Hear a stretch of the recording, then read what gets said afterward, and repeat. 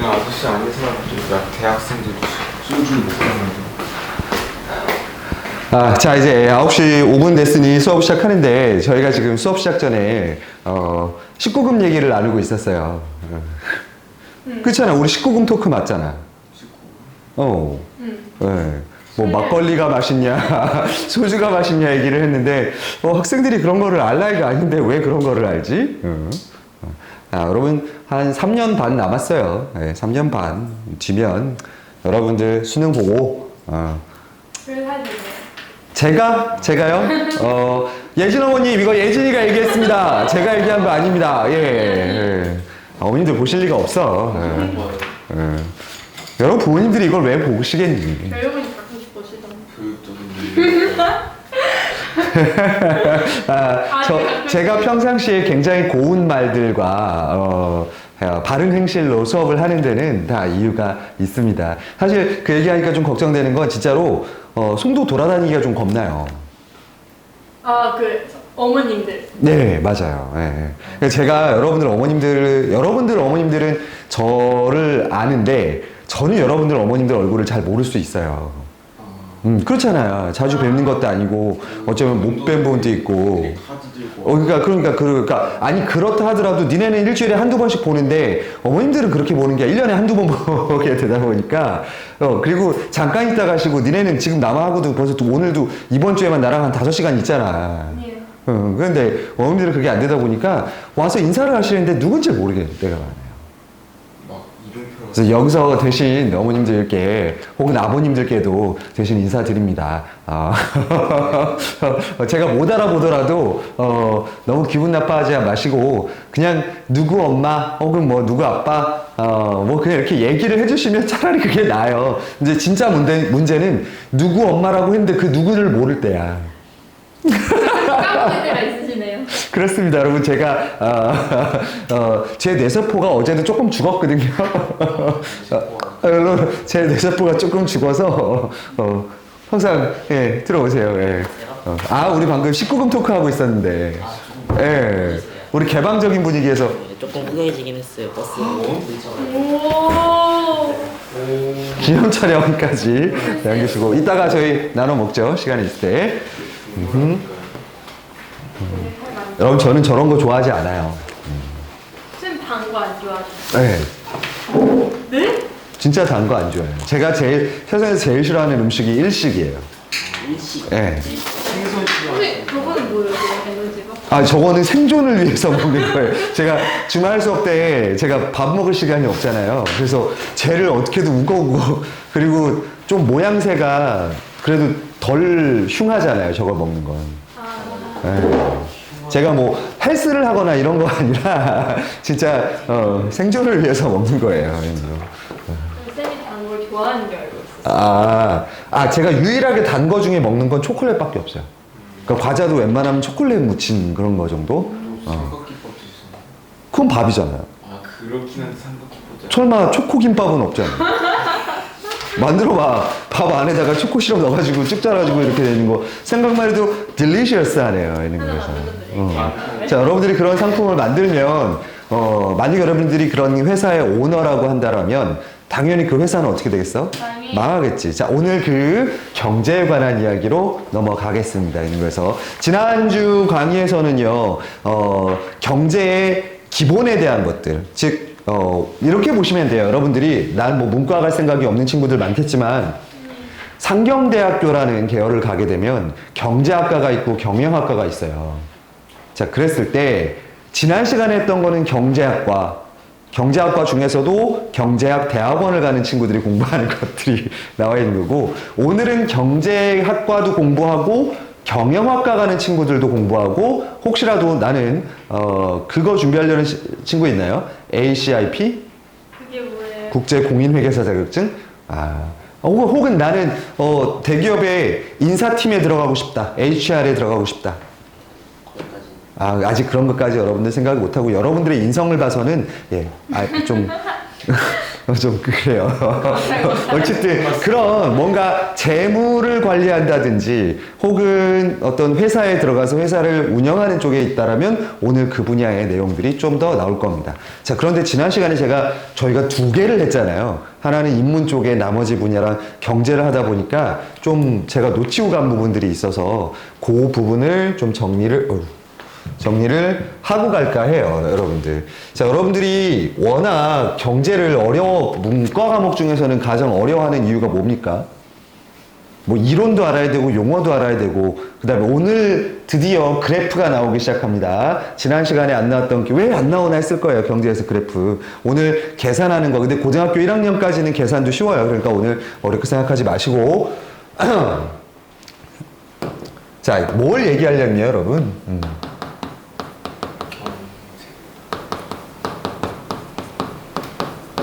여러분들이 언제 배웠던 거? 3학년 1학기 사회시험에서 배웠던 경제학의 변화에 대해서 조금 더 오늘 얘기를 좀 해주고 경제 파트도 들어갈까 합니다. 자, 여러분들 시작은 자본주의의 시작이겠죠.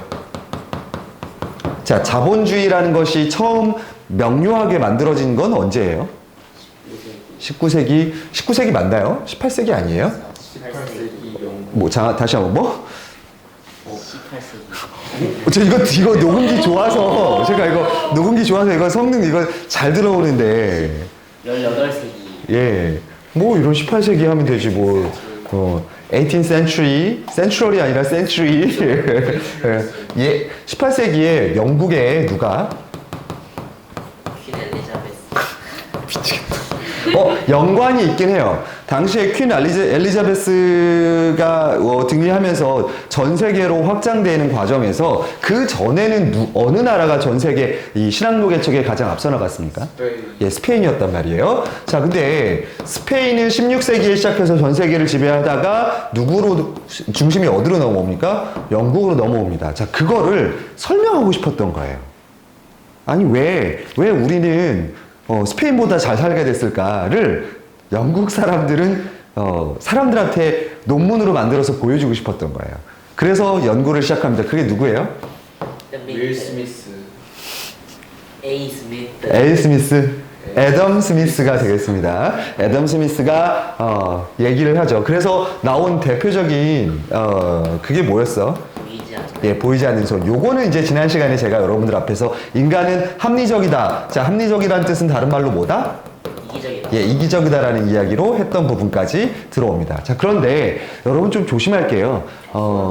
보이지 않는 손이라고 해서요, 여러분들 국가나 이런 것들이 전혀 개입하지 않아도 된다는 뜻은 아니었어요. 사실은 여러분들이 막 이런 거 있잖아. 야, 내 돈 가지고 내가 쓰겠다는데 네가 뭔 손이야? 너 자본주의 몰라? 손님이 왕이야. 막 이런 얘기하는 사람들이 있어요. 없어 보이잖아, 너무. 그런데 그 사람들도 잘못 알고 있는 게 아담 스미스가 보이지 않는 손, 국가의 개입을 철저하게 막았잖아요. 시장에 알아서 가격을 결정해 줄 거라고 얘기했지만 사실은 그거는 뭐가 없는 상태에서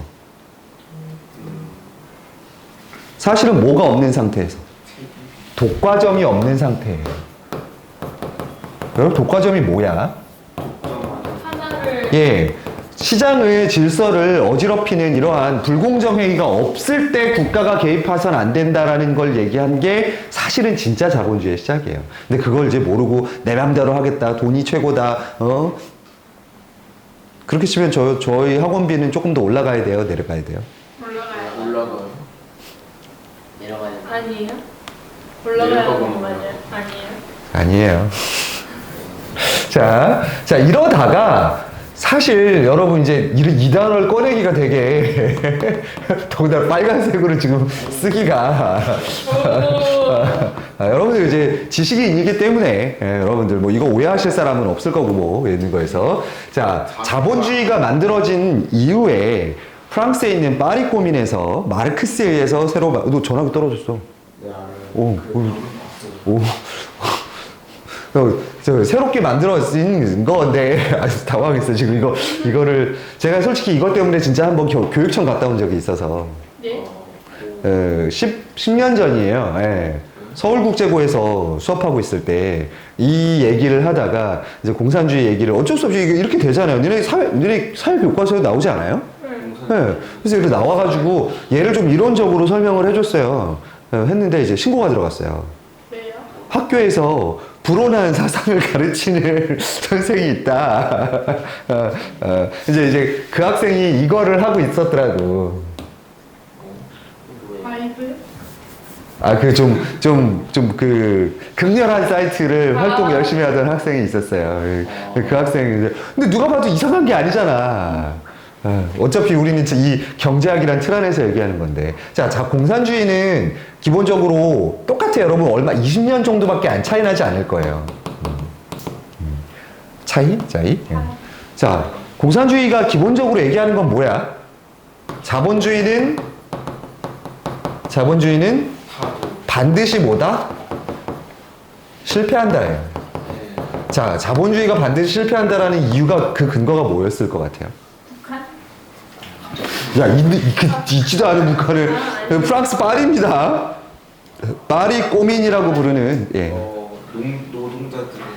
노동자들의 제 노동자라는 개그 뭐 이런 얘기로 넘어가는 건 사실 공산주의가 어디로 넘어가면서부터 러시아로 넘어가면서부터고요. 그 전에는 굉장히 이론적이에요. 모두가 동등한 대우받아야 아니에요. 자, 인간은 이래서 내가 교육청 신고됐나? 인간은 비합리적이다. 자, 인간은 아까 뭐라 했어? 합리적인데 인간은 비합리적이다라는 기본 전제에서 시작해요. 즉, 자본주의 자체가 자본주의 근본 자체를 부정해요. 여기서는 인간은 합리적이기 때문에 우리는 합리적으로 소비할 거고, 그래서 시장은 인간에게 이로운 방향으로 갈 거라고 얘기하는데, 이때 이미 마르크스는 뭔 얘기를 하냐면, 인간은 정말로 비합리적이기 때문에 가진 사람은 더 뭐 하려고 그래? 가지려고 할 거고요. 없는 사람은 더 없는 관계로 해서 결국은 당연히 이때 자본주의의 끝은 뭐라고 얘기했어요? 이미 빈부격차가 자본주의의 끝이라고 이미 얘기를 했어요.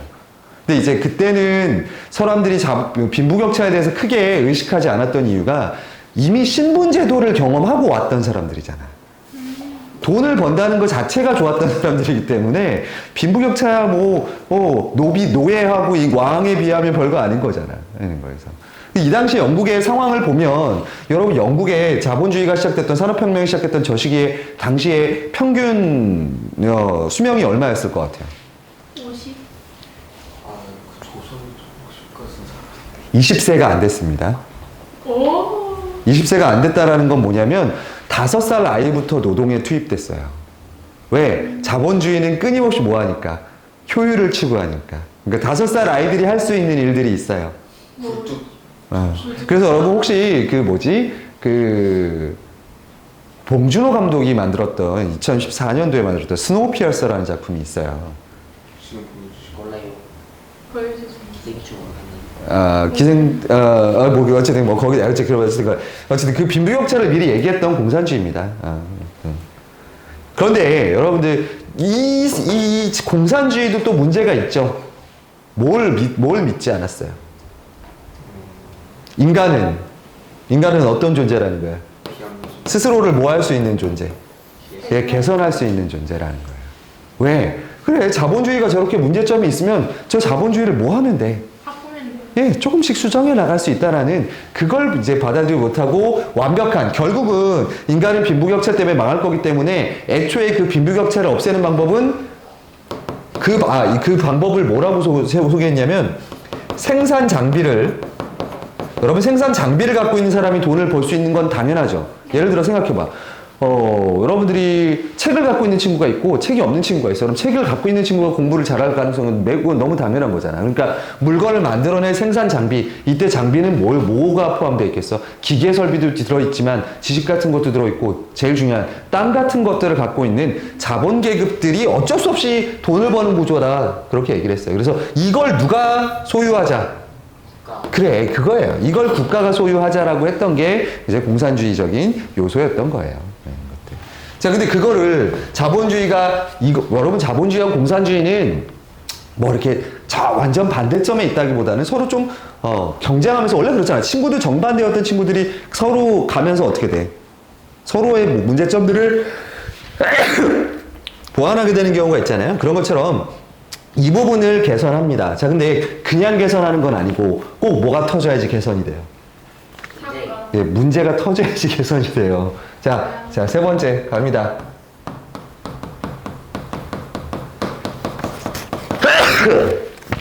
자, 세 번째 케인즈주의라는 걸로 넘어갑니다. 뭐 이제 저걸 부르는 이름 중에는 이렇게도 부르는 경우도 있어요. 수동주의. 예. 자, 수정자본주의로 넘어가게 되는 가장 결정적인 계기, 이때 발생했던 사건이 뭡니까? 아니.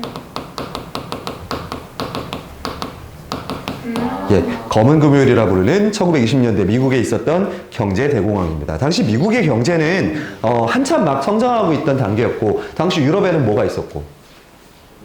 전쟁을 벌였어요. 자, 미국은 1차 세계대전에 참전합니까? 안 합니까? 안 해요. 예, 안 합니다. 대신 뭘로? 예, 그러니까 뭘로? 네, 무기랑 또 통조림 같은 것들, 뭐 식량 같은 것들, 그 다음에 전쟁 이후의 복구 사업 같은 거에 추구해서 저 멀리 있는 땅에서 왜 우리가 거기 괜히 나서가지고 그러냐, 피를 흘리냐라는 생각에 참전하지 않아요. 자, 그러다 보니까 아까 얘기한 대로 미국, 그 당시에 미국 20세기 초 미국은 자본주의의 끝이잖아요. 거기는 막, 뭐, 그런 거, 우리 영화 보면 막 달려가면서 총 쏴가지고 맞추면 여기 내 땅? 하고 깃발 꼽으면 내 땅? 막 이러던 식이잖아요. 예는 거에. 그러다 보니 국가가 경제적인 것들에, 기업의 경제활동에 관여를 했겠어요? 안 했겠어요?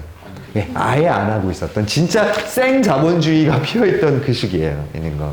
더군다나 이제 유럽의 전쟁으로 인해 잘 먹고 잘 살고 있던 시기에 자, 문제가 시작합니다. 여러분들이 장사가 잘 되면 물건을 어떻게 하겠어? 많이 만들겠니? 적게 만들겠니? 많이 만들어요. 자, 근데 유럽이 어쨌든 전쟁이 끝나고, 그러니까 여러분들 근데 많이 만들던 걸 줄이겠어? 안 줄이겠어? 네, 비싸게 팔 수 있으면 계속 만들어요. 쓸데없는 것도 뭐해? 만들어요. 더군다나 전쟁이라는 기간을 겪으면서 진짜 필요했던 거, 진짜 필요하지 않았던 거, 필요하지 않았던 것도 전쟁에는 뭐 필요하게 되니까 그냥 만들었단 말이야. 자, 이제 그러다가 좀 사회가 안정되니까 물건이 재고가 쌓이기 시작합니다. 자, 재고가 쌓여. 자, 이거 봐봐. 재고가 쌓이면 기업이 어떻게 돼요? 많이 힘들어져요. 예, 그러면 직원들은 어떻게 돼요? 해고되겠죠. 해고하게 돼요. 자, 해고가 되면 사람들이 갖고 있는 통화량이 어떻게 돼요? 감소하죠. 통화량이 감소하죠. 통화량이 감소하면 수요가 어떻게 돼요? 물건을 살려는 수요가 떨어지죠. 자, 수요가 줄어들면 기업이 어떻게 돼요? 물건이 안 팔리니까 망해요. 자, 기업이 망하면 다시 주가가 떨어지고, 주가가 떨어지면 다시 다른 산업에 미쳐서 팔리던 물건도 다시 어떻게 돼요? 안 팔려요. 자, 이게 반복됩니다. 네. 그러면서 주가가 하루아침에 나락을 가버리죠. 그리고 그걸 뭐라 그래? 블랙 먼데이라고 부르는 게 있고요. 자, 그러면서 갑자기 우리가 생각했을 때는 미국은 언제나 늘 잘 살았을 것 같지만 미국에 굶어 죽는 사람이 등장하는 게 1920년대 바로 이 경제 대공황입니다. 네. 자, 그러면서 자본주의 그냥 마음대로 놔두면 안 되겠다라는 사람들의 생각이 생겨요. 자, 이걸 극복하기 위해서 니네가 배웠던 뭐니? 예, 뉴딜 정책이 바로 여기서 그래서 들어옵니다. 자, 뉴딜 정책은 인위적으로 경기를 뭐 하는 거야? 예, 부흥시키는 거예요. 어떻게 부흥시킵니까, 그러면? 일자리를. 자, 여기서 중요한 거. 여기서 어느 순간에는 개입을 해야 되잖아. 여기에 개입을 합니다. 수요가 떨어져서 물건을 안 그러니까 국가가 물건을 대신 사주는 게 아니라 수요를 증가시키게 해주는 거예요. 그러려면 시중의 통화량이 늘어야 돼. 근데 여러분, 시중의 통화량을 늘리는 방법은 국가가 여러분들에게 뭘 주는 방법이 있어. 지원금을 주는 방법이 있지만 미국은 그렇게까지는 안 했고요. 대신 국가가 뭐해? 사업을 벌입니다. 사업을 벌여요. 그러면 그 사업을 벌이면 기업들을 고용하겠죠. 그럼 기업은 누구를 고용해요? 노동자를 고용해요. 그러면 정부는 기업에게 돈을 주고 그 기업에서 있던 일하는 노동자들은 기업에서 또 돈을 주고, 그럼 월급이 늘어난 노동자들은 뭐해요? 물건을 사겠죠. 그러면 이 멈춰있던 이 톱니바퀴를 어떻게 돼? 다시 돌아가게 하겠다라고 했던 거죠. 그래서 뉴딜 정책의 기본적인 건 국가가 뭐 하는 거야? 예, 개입하게 되는 거예요. 여기 하나 더. 자, 그 당시에 수많은 사람들이 굶어 죽고, 그 다음에 일자리를 잃고 해고가 됐어. 자, 그러다 보니까 돈이 없던 사람들은 다 어떻게 돼? 죽어요. 아니 그런 걸 사회 안전망이라고 하는데요. 그런 것들을 실패했을 때 다시 복귀할 수가 없게 된 거예요. 자, 그래서 이때 미국에 뭐가 도입되냐면 연금이라든지 다른 복지제도 같은 것들이 이때 이미 유럽에서는 있었지만 그걸 미국이 받아들이기 시작하면서 자본주의에도 어느 정도의 변화가 다가옵니다. 자, 그럼 문제는 이러다 보니까 정부가 규모가 커지게 역할이 커지는 거야, 작아지는 거야? 예, 그래서 니네 뭐라고 배웠어, 얘를? 예, 큰 정부라고 아마 배웠을 겁니다. 안 배웠어요, 그렇게? 오. 사실 근데 니네 여기까지밖에 안 배울걸요, 아마 대부분은. 왜냐면 이 뒷부분으로 가면, 개싸움이 될 수 있어요. 예. 자, 그래서 네 번째로 갑니다. 여기를 신자유주의라고 부릅니다. 여러분, 자유주의란 말에서 느껴지듯이 얘는 다시 어디로 근본으로 돌아가자는 거야? 예, 일로 다시 돌아가는 거야. 설마 일로 돌아가는 건 아닐 거 아니야. 제가 언제 차지한 적도 없지만 있는 거에서 이거 이따가 돌려봤을 때 얘 강의 비중이 좀 작아야 되는데 작았지, 그지? 그래서 자, 신자유주의는 요때 넘어오게 되는 계기가 있습니다. 뭐가 있을까요? 자, 여기는 경제대공황이 있었고 여기는 1970년대. 그 냉전? 오일 오일. 맞나요, 샥? 오일 쇼크라니요, 오일 샥. 예, 오일 샥. 네. 오일 샥이 뭐예요? 석유파동. 예, 지금도 지금 레바논이랑 이스라엘이랑 지금 오늘도 400명 이상 죽었어요, 전쟁으로. 거기가 늘 중동 지역이 문제가 되는데, 이 당시만 해도 석유로, 그러니까 세계의 경제 흐름이 석탄에서 석유로 넘어가고 있던 시점이었어요. 딱 있는 거에서. 자, 그러다가, 이스라엘과 이집트 사이에 전쟁이 일어납니다. 그 바람에 석유값이 어떻게 돼요? 하룻밤에 200배가 올라버립니다. 자, 이러면 제일 위기에 처하는 나라가 어디야? 아니죠, 우리나라죠. 우리나라 없지 않아? 우리나라는 석유가 없잖아요. 다 수입을 해야 되는데 그 가격이 그렇게 올라버린 거예요. 실제로 여러분 장난 아니고요. 그 당시에 그래프들을 보면 이렇게 올라가요. 진짜? 예, 그렇게 올라가요, 가격이. 예. 농담 아니에요. 진짜 나중에 보여줄게요. 그래서 어쨌든 자, 신자유주의로 넘어가게 된 계기 오일샥. 자, 만약에 저렇게 됐으면 자, 여러분들 물건값이 올라가고 내려가는 거에 따라서 좀 빠르게 대처해가지고 했으면 좋겠죠. 자, 근데 아까 얘기한 대로 케인즈에 따른 수정자본주의에 따라서는 국가의 규모 경제가 어떻게 돼버렸어요? 좀 커졌습니다. 그죠? 여러분 몸이 좀 커지면 어떤 변화 같은 거에 대응하기가 쉬워요, 어려워요? 쉬워져. 몸이 커지면 어렵죠. 슉슉 피하기가 쉽지 않을 텐데. 왜 귀여워? 나도 신기해. 이 밤 9시에 내가 슉슉 하고 있는 거, 이 나이에 이러고 있는 거 보면. 니네 아버지는 이러지 않으실 거 아니야. 니네 앞에서 일로 와봐, 이슬아 일로 와봐, 슉슉 이런 거 안 하시잖아. 돈 벌기 힘들어요, 여러분들. 자, 어쨌든 신자유주의 오일쇼크, 그러니까 빨리 뭔가를 대처하고 변화하고 막 기름값이 비싸면 딴 데 가서 막 사오고 막 이래야 되는데 정부의 역할이 너무나 커져버리니까 어떻게 돼요? 대응이 안 됩니다. 자, 그래서 작은 정부를 추구합니다. 자, 작은 정부니까 기존에 국가가 갖고 있던 기업들을 다 어떻게 하는 거야? 민영화 시켜야죠. 민영화가 뭐 하는 거야? 민간에다가 개방하는 거예요. 예를 들면 국가가 가지고 있던 석유를 관리하던 것들이라든지 혹은 조선소도 갖고 있던 나라가 있고요. 심지어는 병원 체계 같은 것도 다 팔아요. 우와, 다 파네. 자, 왜? 그 이유는 민영화가 되는 이유는 자, 정부가 규제를 하고 있으니까 이게 꽉 막혀 있어서 이런 거에 대처를 못 한 거야. 자, 저런 거에 빠르게 대처하려면 서로 뭐 해야 돼? 효율적으로 하려면 다시 절로 가는 거잖아. 기본으로 가는 거잖아. 정부의 역할을 줄이고 뭐 하는 거야? 서로 경쟁을 시켜야 된다는 거야. 자, 여러분 여기에 별표 치세요. 경쟁, 이 신자유주의의 최대 목표는 경쟁에 따른 뭐의 추구야? 예, 효율의 추구예요. 보이지 않는 손처럼 국가가 개입하지 마. 그러면 기업들은 원래 뭘 추구하는 집단이야? 이익을 추구하는 집단이야. 따라서 가장 효율적인 이익을 추구할 수 있도록 경쟁하면 누구에게 도움이 간다? 사람들에게 도움이 갈 거라는 거예요. 그걸 위해서는 뭐가 필요하다라는 거야? 경쟁이 필요하다. 따라서 국가의 많은 것들을 팔면서 이렇게 됩니다. 특히 신자유주의를 제일 먼저 시작한 나라가 어디예요? 영국이죠. 예, 그 당시에는 영국에는 영국병이라고 불리는 게 있었습니다. 뭘까요, 영국병이? 영국이 이제 드디어 망해. 예, 연금제도 같은 것만 믿고서 영국에서 일을 하지 않거나 실업급여 같은 걸 생각하면서 일을 막 속이고 혹은 뭐 그냥 알코올이나 술에 빠져도 국가가 사람들을 복지제도가 크니까 어떻게 해줘요? 그냥 이렇게 도와주고 그리고 그 당시에 데모가 좀 많았어요. 파업이, 스트라이크. 특히 무슨 사업에서 아까 얘기했지만 석탄 산업에서 뭘로 넘어가던 시기? 석유 산업. 그래서 영국에는 뭐가 많았어? 산업혁명 때부터 석탄이 많았단 말이야. 그러면 석탄 공사를 국가가 소유하지 않고 뭐 했겠어? 민간으로 팔았겠죠. 자, 민간으로 팔 때 사람들을 효율적으로 쓰려면 고용을 해야 돼, 해고를 해야 돼.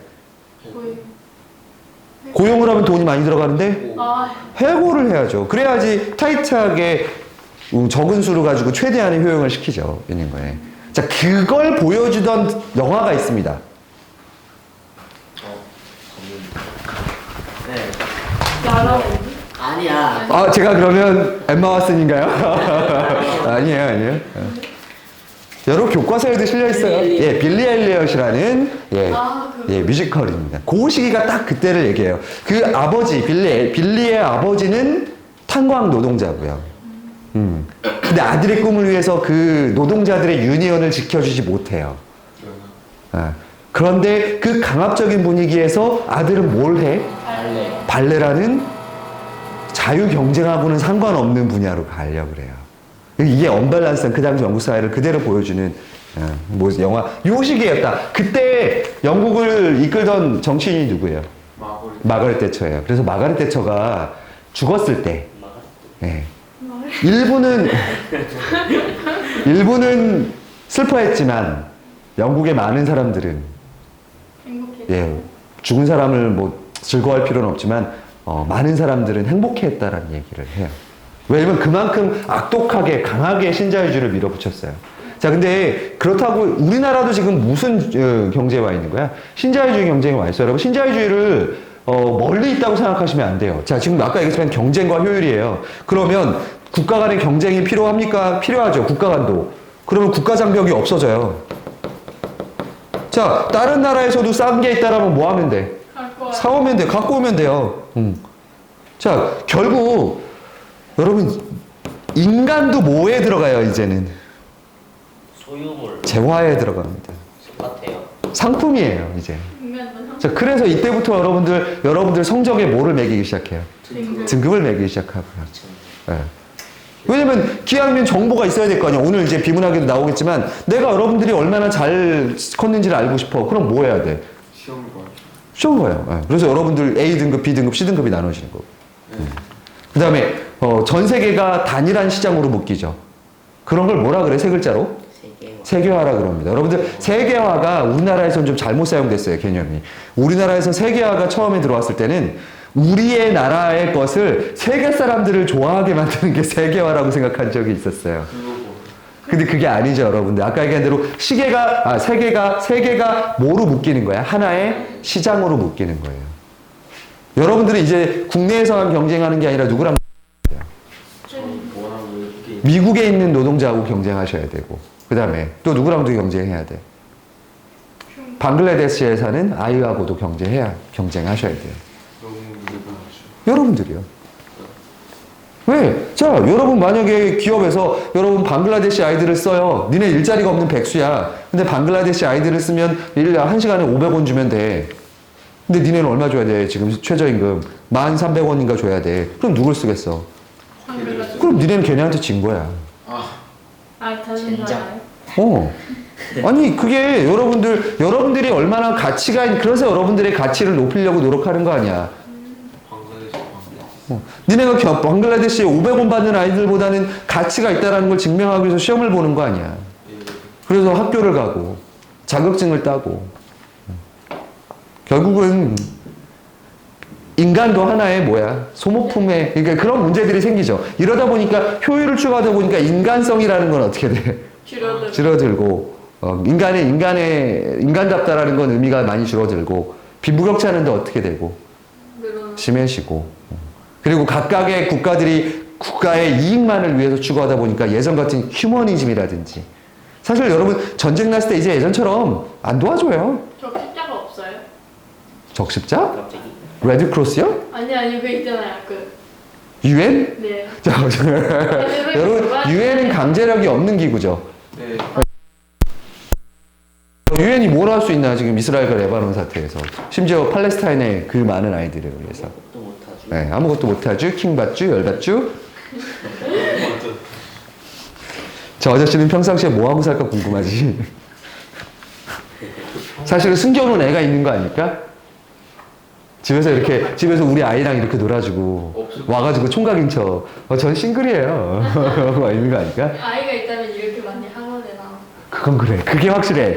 그래. 내가 애가 있으면 여기서 살지 않지. 어떻게든 일찍 들어가려고 하겠지. 이런 거예요. 자, 이렇게 여러분 경제학에 대한 개념들 여러분들 끝까지 좀 와 있는데 여러분 학교에서 신자유주의를 왜 안 하는지 알겠죠? 네. 네. 왜냐면 논쟁이 생겨야 돼. 여전히 논쟁거리예요. 근데 그 다음에 최근에 경제학에서 다시 나오기 시작한 건데 여러분, 저 뒤에 거 하나 가봅시다. 신자유주의가 여러분들 뭐 종말까지는 아닌데 아까 우리 그 다음을 생각할 때는 항상 어떤 큰 일을 겪죠. 네. 뭐 대공황이 있었고 그다음에 오일 쇼크가 있었고 자 신자유주의도 반성이 되게 심해져요. 자 반성의 계기가 되는 사건이 뭐야? 신자유주의는 뭐야? 돈이 뭐를 낳는 세상이야. 돈이 돈을 만들죠. 왜? 더 많은 재화를 투입하면 더 많은 뭐를 얻을 수 있기 때문이야. 이익을 얻을 수 있겠으니까. 그 인간성, 비인간성이야. 환경오염도 생겨. 왜? 인간의 이익을 위해서 환경오염 따위야 뭐. 이런 거. 자, 이걸 반성하게 되는 계기가 있어요. 비만? 니네가 몇 년생이라 그랬지? 공부년. 여러분 태어나기 전입니다. 맞춰보고 싶으세요? 리먼 브라더스. 네, 리먼 브라더스. 뭐야? 저 뭐야 똑똑해. 이게 뭐야? 브라더스 사람이 되겠네. 이번 서브라임. 뭐 이런 모기지. 집 담보대출을 모기지라고 그러잖아요. 예. 자, 이 두 가지가 미국발로 시작됩니다. 이게 무슨 이게 뭐냐면 이제 여러분들, 여러분 지난 시간에 배웠지. 우리 은행은, 전통적인 은행은 뭐에와 뭐의 차이로 돈을 벌어요? 이자 대출이자하고 예금이자 중에 어느 게 더 커요? 대출이자가 더 크지. 그러니까 이 차액으로 버는 게 옛날 은행인데 지금의 은행들은 어때요? 여러분 은행에 투자합니다. 신한이 우리의 아니요. 그런 식으로 동급은 아니고 은행을 위한 은행이 있어요.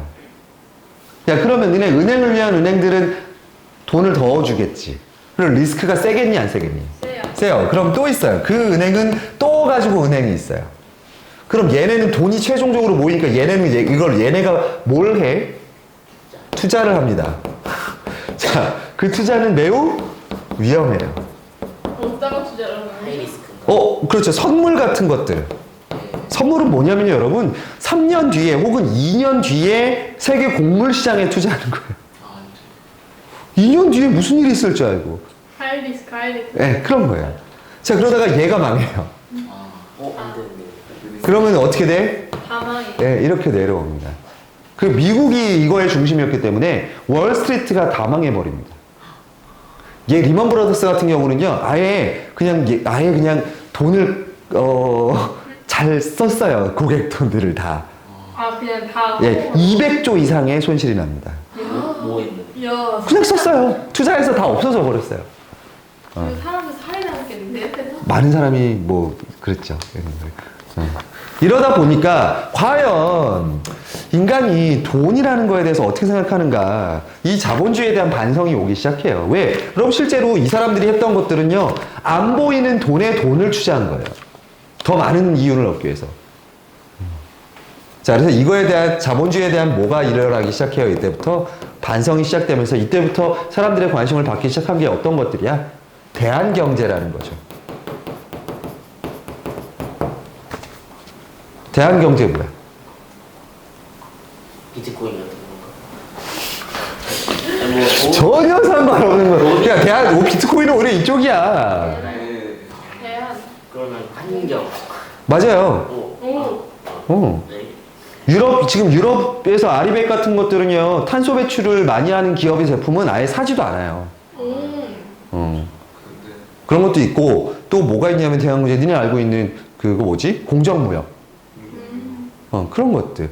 공정무역의 기본이 뭐야? 인간은 비합리적이다라는 전제에서 시작해요. 그래서 이런 것들, 반성들이 좀 생겨나고 있다라는 거. 이게 경제의 흐름. 그래서 오늘 저 대한경제적인 부분들도 나와요. 뒤쪽에 있는 거에서. 자, 그러면 진짜 우리 비문학 강의로 들어가 보죠. 자, 이거를 지금 강의로 듣는 친구들은요, 뭐 같이, 잠깐만, 나 불안한 게 저 화면에 지금 뭐가 들어왔다 나갔거든? 소리가 녹음이 안 되고 있을 가능성. 다들